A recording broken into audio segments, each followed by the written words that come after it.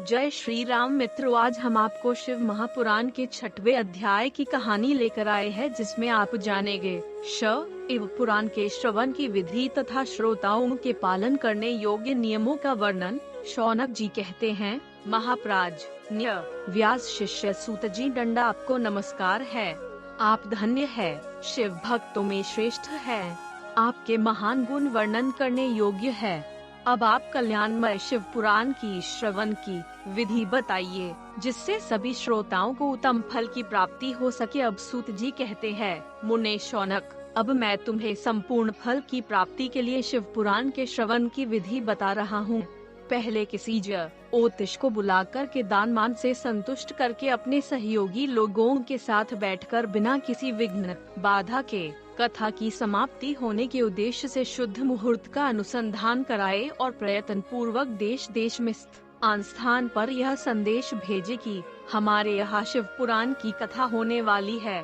अपने कल्याण की इच्छा रखने वाले लोगों को कथा सुनने के लिए अवश्य पधारना चाहिए। कुछ लोग भगवान श्री हरि की कथा से बहुत दूर पड़ गए हैं। कितने ही स्त्री शूद्र आदि भगवान शंकर के कथा कीर्तन से वंचित रहते हैं। उन सबको भी सूचना हो जाए, ऐसा प्रबंध करना चाहिए। देश में जो भगवान शिव के भक्त हों तथा शिव कथा के लिए कीर्तन और श्रवण के लिए उत्सुक हों, उन सबको आदर पूर्वक बुलवाना चाहिए और आए हुए लोगों का सब प्रकार से आदर सत्कार करना चाहिए।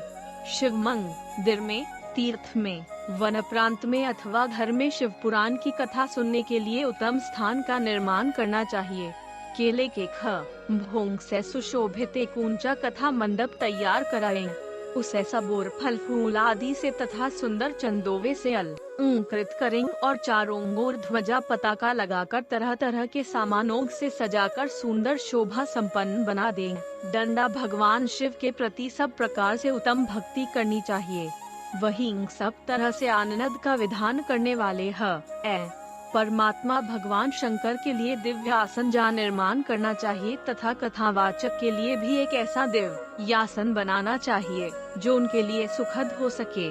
मुने, नियम पूर्वक कथा सुनने वाले श्रोताओं के लिए भी यथायोग्य सुंदर स्थानों की व्यवस्था करनी चाहिए।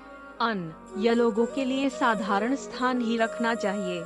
जिसके मुख से निकली हुई वाणी देहधारियों के लिए कामधेनु का एक ही मात्रा समान अभिष्ट फल देने वाली होती है, उस पुराणवेता विद्वान वक्ता के प्रति तुच्छ बुद्धि कभी नहीं करनी चाहिए। संसार में जन्म तथा गुणों का एक ही मात्रा कारण बहुत से गुरु होते हैं, पर उन सब में पुराणों के ज्ञाता विद्वान ही परम गुरु माना गया है। पुराणवेता पवित्र, दक्ष, शांतिर्ष्या पर विजय पाने वाला, साधु और दयालु होने चाहिए। ऐसा प्रवचन कुशल विद्वान इस पुण्यमयी कथा को कहे। सूर्योदय से आरंभ करके आधे 3 पहर तक उत्तम बुद्धि वाले विद्वान पुरुष को शिव पुराण की कथा उत्तम रीति से बांचनी चाहिए। मध्याह्न काल में 2 घड़ी तक कथा बंद रखनी चाहिए, जिससे कथा कीर्तन से अवकाश पाकर लोग मल मूत्र का त्याग कर सके। कथा प्रारंभ के दिन से 1 दिन पहले व्रत ग्रहण करने के लिए वक्ता को क्षौर करा लेना चाहिए। जिन दिनों कथा हो रही हो, उन दिनों प्रयत्न पूर्वक प्रातः काल का सारा नित्य कर्म कम समय में ही कर लेना चाहिए। वक्ता के पास उसकी सहायता के लिए एक दूसरा वैसा ही विद्वान स्थापित करना चाहिए। वह भी सब प्रकार के संशयों को निवृत्त करन एक ही मात्रा में समर्थ और लोगों को समझाने में कुशल हों। कथा में आने वाले विघ्नों को दूर करने के लिए गणेश जी का पूजन करें।